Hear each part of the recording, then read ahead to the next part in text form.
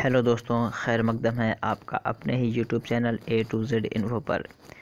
दोस्तों, ये मेरा उर्दू अनुवादक पार्ट 34 है जो मैं आज आपके बीच लेकर आया हूँ। अभी तक आपके 33 पार्ट्स हो चुके हैं। कितने? 33 पार्ट्स टोटल हो चुके हैं। इन वीडियोस को आप देखिए, आपको काफ़ी आइडिया हो जाएगा।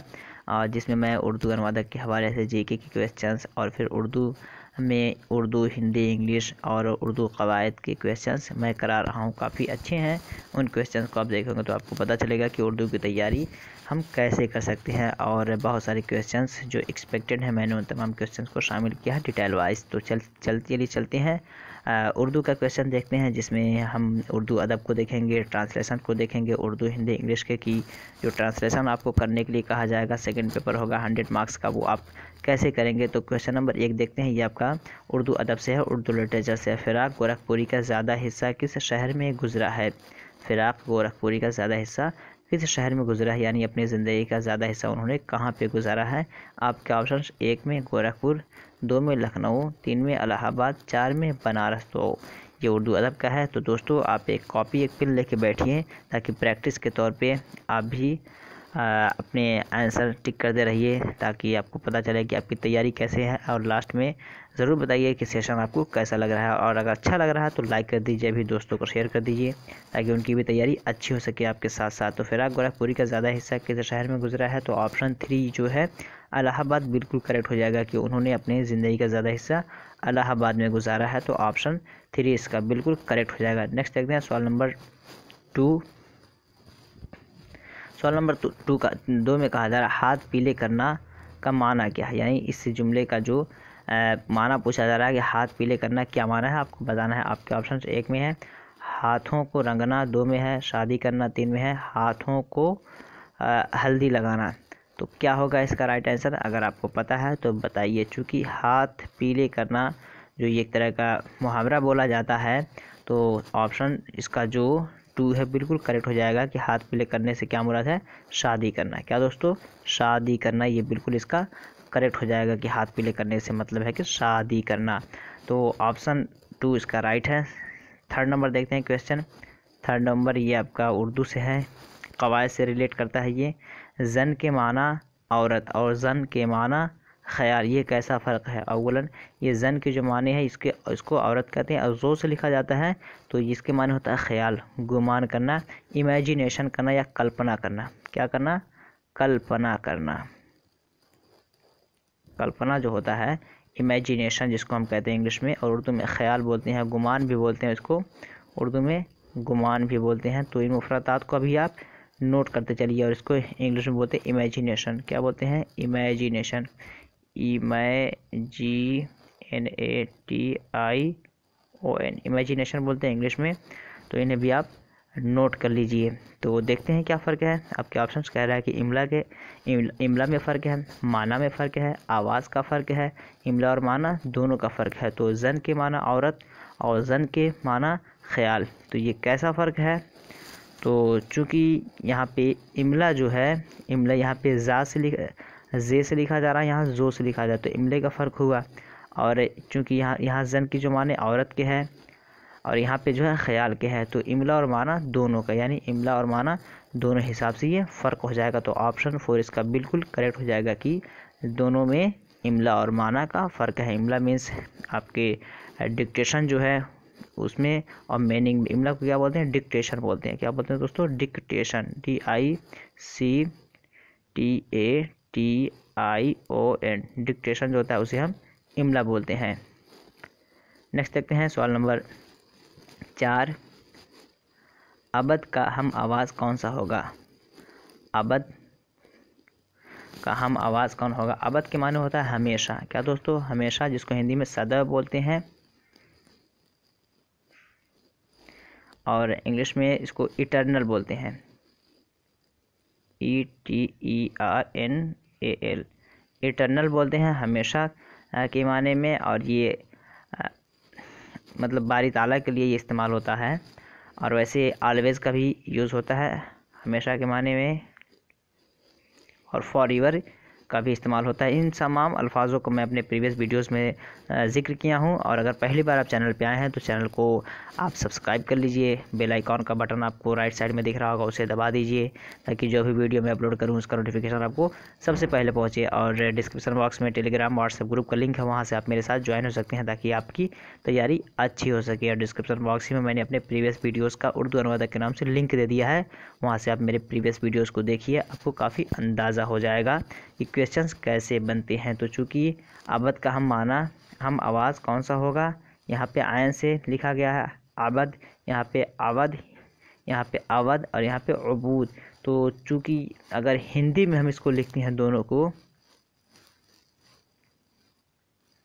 हिंदी में अगर हम लिखेंगे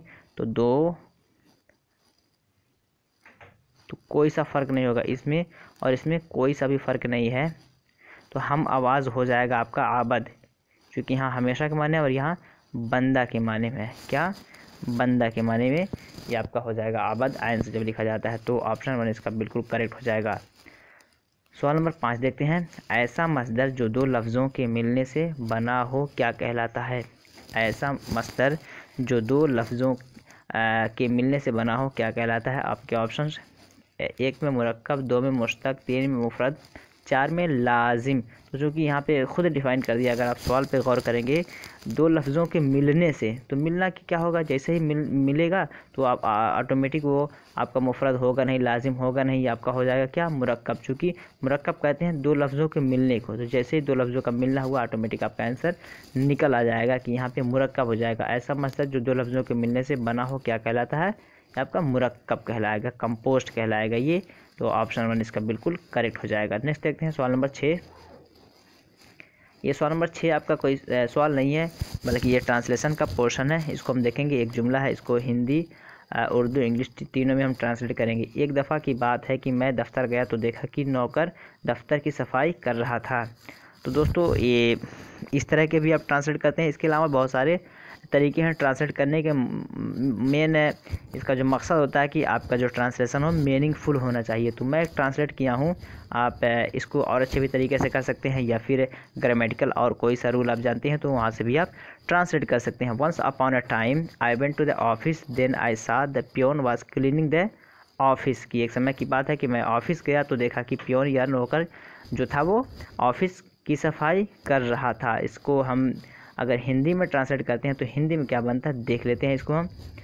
इसका हिंदी, एक समय की बात है कि मैं कार्यालय गया तो देखा कि नौकर कार्यालय की सफाई कर रहा था। तो चूँकि उर्दू और हिंदी में कुछ ज़्यादा फ़र्क नहीं है, एग्जैक्ट जो वर्ड्स होते हैं वही चेंज होते हैं, जैसे कार्यालय है, ठीक है। तो इस तरह के वर्ड में थोड़ा सा डिफरेंस होता है। अदरवाइज़ जो डिफरेंस ज़्यादा आपका आता है वो आपका इंग्लिश में फुल्ली आता है, कि अगर आपको इंग्लिश में कमांड है और आप स्ट्रक्चर जानते हैं तो आप जुमले अच्छे से बना सकते हैं। तो उर्दू, हिंदी, इंग्लिश आपको तीनों को कवर करके चलना है, इसी वजह से मैं तीनों लैंग्वेज को डिफ़ाइन करते हुए चल रहा हूँ। नेक्स्ट स्टेप देखते हैं। ये कुछ मुफरदात मैं लेकर आया हूँ, जिन्हें मैं कोशिश किया हूँ कि आपको मुफरदात भी बता दूँ और इनके जुमले में इन अल्फाज को इस्तेमाल करके उर्दू, हिंदी, इंग्लिश तीनों बता दूँ कि किस तरह इस्तेमाल होते हैं। तो आज हम कुल 20 क्वेश्चंस लेकर आए हैं और कोशिश करूँगा कि और क्वेश्चन शामिल करूँ जिसमें अच्छे अच्छे जुमले या जुमले का ज़्यादा से ज़्यादा इस्तेमाल डिफरेंट टाइप से कर सकूँ। तो 7 नंबर देखते हैं। 7 नंबर में एक वर्ड है सियासत। इसको हिंदी में क्या बोलते हैं? राजनीति बोलते हैं, और इंग्लिश में बोलते हैं पॉलिटिक्स। तो ये आप ज़हन नशीन कर लीजिए, सियासत बोलते हैं और हिंदी में राजनीति बोलते हैं और इंग्लिश में पॉलिटिक्स बोलते हैं। और इसके बाद 8 नंबर में है मंज़र या फिर नज़ारा, और हिंदी में बोलते हैं दृश्य और इंग्लिश में बोलते हैं सीन। क्या बोलते हैं दोस्तों? सीन। कहते हैं कि अरे सुबह का नज़ारा कितना अच्छा है, how beautiful is the scene of morning. तो इस तरह बोलते हैं। तो सीन जो होता है मंजर, नज़ारा होता है, जिसको हिंदी में दृश्य बोलते हैं। ये आपको याद करने वाली चीज़ें हैं कि दृश्य बोलते हैं आपको मंजर, नज़ारे को, इंग्लिश में इसको सीन बोलते हैं। तो आप इसे जहन नशीन कर लीजिए। 9 नंबर में देखते हैं। 9 नंबर में कहा जा रहा है सियासी ड्रामा। एक वर्ड है, उर्दू में बोलते हैं सियासी ड्रामा ही बोलते हैं इसे, और इसको हिंदी में बोलते हैं राजनीतिक ड्रामा। राजनीतिक ड्रामा बोलते हैं या फिर नाटक भी इसको बोल देते हैं। क्या बोलते हैं? नाटक भी बोला जाता है, लेकिन फ़िलहाल आप ड्रामा ही मान के चलिए, चूँकि ड्रामा आपका उर्दू, हिंदी, इंग्लिश तीनों में इस्तेमाल होता है। तो राजनीतिक ड्रामा, और इसको इंग्लिश में क्या बोलते हैं? पॉलिटिकल ड्रामा बोलते हैं। क्या बोलते हैं दोस्तों? पॉलिटिकल ड्रामा बोलते हैं इंग्लिश में, राजनीतिक ड्रामा हिंदी में, और सियासी ड्रामा आपका उर्दू में इसे बोलते हैं। तो हम कोशिश करेंगे कि इन्हें भी जुमले में इस्तेमाल करें। तो मैं सारे वर्ड्स को तो नहीं आज शामिल कर पाया हूँ, लेकिन नेक्स्ट टाइम जितने मुफरदात मैं लेकर आऊँगा उनको जुमलों में उर्दू, हिंदी, इंग्लिश में आपको ट्रांसलेट करके दिखाऊँगा। मैं कोशिश यही करूँगा। नेक्स्ट देखते हैं सवाल नंबर 10, मुश्तरका तौर पर। मुश्तरका तौर पर इसको बोलते हैं हिंदी में सामूहिक रूप से। मुश्तरका तौर पर सामूहिक रूप से, और इंग्लिश में बोलते हैं कलेक्टिवली। क्या दोस्तों? कलेक्टिवली, मुश्तरका तौर पे, एक साथ। तो इस तरह का हम कह सकते हैं मुश्तरका तौर पर सामूहिक रूप से, या फिर इंग्लिश में इसको कलेक्टिवली हम बोलते हैं, COLLACTIVELY। तो दोस्तों वीडियो का रिजोल्यूशन आप बढ़ा के देखिएगा, क्वालिटी, क्योंकि ये हैंड रिटन है। अगर आप वीडियो की क्वालिटी कम करके देखेंगे तो आपको देखने में दुश्वारी होगी। अगर वीडियो की क्वालिटी आपकी अच्छी है तो साफ दिखेगा। नेक्स्ट देखते हैं 11 नंबर में देखते हैं।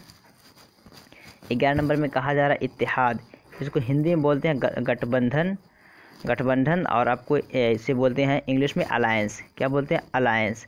अलायंस क्या होता है? इसका जैसे कि कुछ पार्टीज़ जो कह सकते हैं, जो सियासी पार्टीज़ हैं, उनका आपस में एक अलायंस होता है कि अगर किसी पार्टी को कम वोट मिलता है, किसी को ज़्यादा मिले, तो जो कम वोट वाले हैं अगर वो चाहते हैं तो किसी को अपना वोट देना चाहते हैं, वो अलायंस कर लेते हैं, गठबंधन कर लेते हैं, वो इत्तेहाद करके अपने वोट को का नाम है वो ट्रांसफ़र कर देते हैं दूसरे को। तो ये अलायंस के थ्रू ये होता है।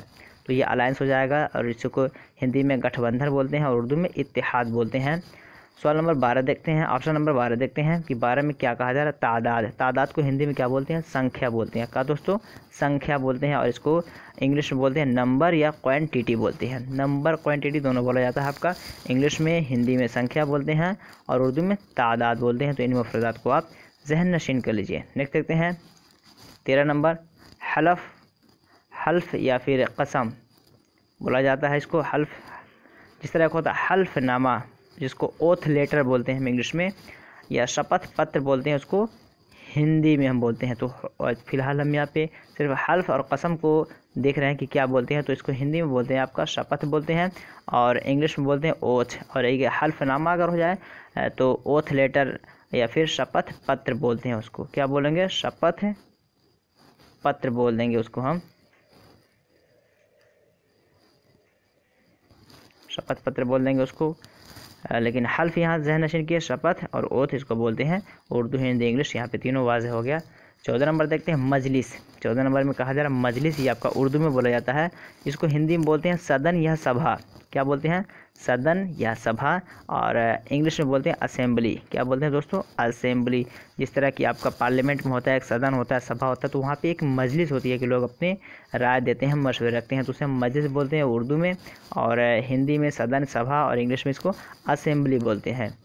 तो अब देखते हैं कुछ हम जुमलों को इस्तेमाल करके देखते हैं जो मुफरदात गुजरे हैं ऊपर। आजकल लोग सियासत में बहुत दिलचस्पी रखते हैं, क्योंकि सियासत अभी हम देखे थे राजनीतिक बोलते हैं उसको, और इसको इंग्लिश में बोलते हैं पॉलिटिक्स। तो आज हम राजनीति का वर्ड जो है इसको शामिल किए यहाँ पे। तो इंग्लिश देखते हैं क्या ऐसे, nowadays the people are interested in politics, कि आजकल लोग सियासत में दिलचस्पी रखते हैं। तो ये आपका इंग्लिश ट्रांसलेशन हो गया इस उर्दू का। और हिंदी देख लेते हैं इसका, आजकल लोग राजनीति में बहुत दिलचस्पी रखते हैं। तो आपका बस आपको ऐसे ही करना है, वहाँ जो आपको ट्रांसलेट करना है बहुत ज़्यादा नहीं करना है, बल्कि इन वीडियोज़ को, मेरे वीडियोज़ को आप देखिए और ट्रांसलेशन के पोर्शंस को देखिए कि कैसे कैसे जुमले का स्ट्रक्चर है। बस ऐसे ही करना है। अगर आप इसे सीख ले रहे हैं तो आपका आसानी से सिलेक्शन हो सकता है वहाँ पे, जबकि आप इस तरह के सेंटेंस को आप स्ट्रक्चर्ड कर ले रहे हैं। तो 16 नंबर का देखते हैं, मेरा भाई हर रोज़ छत से सुबह का नज़ारा देखता है। नज़ारा को अभी हमने ऊपर देखा है। नज़ारा को मंज़र भी बोलते हैं, जिसको हिंदी में दृश्य बोलते हैं, फिर इंग्लिश में सीन बोलते हैं। तो नज़ारे के वर्ड को हम यहाँ पे शामिल कर लिए हैं। तो इसको इंग्लिश पहले देखते हैं। My brother sees the scene of morning from the roof every day. यानी यहाँ पे जो है सीन का वर्ड आ गया ना, सीन, जिसको हम इंग्लिश में बोलते हैं नज़ारा या मंजर। माई ब्रदर सीज, चूँकि प्रेजेंट इंडेफिनिट का टेंस है, प्रेजेंट इंडेफिनिट अफर्मेटिव है, तो वर्ब में यस या यस का हम इजाफा करते हैं, तो यहाँ पे सीज हो जाएगा। My brother sees the scene of morning from the roof every day. मेरा भाई हर रोज़ सुबह में छत से जो मॉर्निंग का नज़ारा होता है उसे वो देखता है। हिंदी में इसी को देखते हैं, मेरा भाई प्रत्येक दिन छत से सुबह का दृश्य देखता है। तो ये आपका हिंदी का ट्रांसलेशन हो जाएगा। तो दोस्तों अगर वीडियो अच्छा लग रहा हो तो लाइक ज़रूर कर दीजिए और कमेंट करके बताइए क्या ये सेशन आपके लिए बेनिफिशियल लाभदायक है कि नहीं। नेक्स्ट देखते हैं 17 नंबर। 17 नंबर में क्या कहा जा रहा है, कदीम ज़माने में लोग सियासी ड्रामा को पसंद नहीं करते थे। क्योंकि ये सियासी ड्रामा वर्ड मुझे यहाँ पे डालना था। सियासी ड्रामा को हम क्या देखें अभी तक, पॉलिटिकल ड्रामा या फिर राजनीतिक ड्रामा, फिर उर्दू में इसको सियासी ड्रामा, सारे वर्ड सभी नीचे देखते हैं। In the ancient time people did not like the political drama. ये आपका इंग्लिश का, ये उर्दू का ट्रांसलेशन इस तरह हो जाएगा, in the ancient time people did not like the political drama, कि कदीम ज़माने में लोग सियासी ड्रामा को पसंद नहीं करते थे। हिंदी में आपका होगा, प्राचीन काल में लोग राजनीतिक ड्रामा को पसंद नहीं करते थे। आपका हिंदी ट्रांसलेशन हो जाएगा। क्योंकि मैं पहले ही बोल दिया हूँ कि उर्दू और हिंदी का ट्रांसलेशन में बहुत ज़्यादा डिफरेंस नहीं आएगा, लेकिन जो हिंदी का कीवर्ड है उसे आपको जहन नशीन करना है, उर्दू का जो कीवर्ड है उसे आपको जहन नशीन करना है। अदरवाइज़ जो मेल फीमेल का जो सिंबल होता है गालिबन वैसे ही रहता है, लेकिन इंग्लिश में आके ये फुल्ली चेंज हो जाता है आपका। ये आपके कवायद पे डिपेंड करता है। अगर आपको कवायद पता है तो आप सिंगुलर, प्लूरल, यस या यस का इजाफा, वर्ब के फॉर्म्स को अच्छी तरीके आप स्ट्रक्चर्ड कर पाएंगे, जबकि आपको पता होगा। तो आपको इंग्लिश में थोड़ा ध्यान देने की ज़रूरत है। 18 नंबर देखते हैं, मुश्तरका तौर पर काम करने में आसानी होती है। मुश्तरका तौर को अभी हम देखे थे, क्या देखे थे, कलेक्टिवली। क्या देखे थे दोस्तों, कलेक्टिवली या फिर सामूहिक रूप से। अभी हम देखें ऊपर वर्ड मीनिंग में, तो मुश्तरका तौर पर काम करने में आसानी होती है। To do the work collectively is easy, यानी कोई काम अगर हम मिलजुल के कहते हैं, जिसको हम कहते हैं unity is the best strength.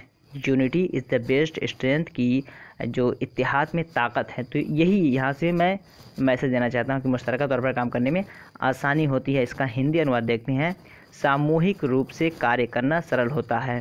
ये आपका हिंदी ट्रांसलेशन हो जाएगा।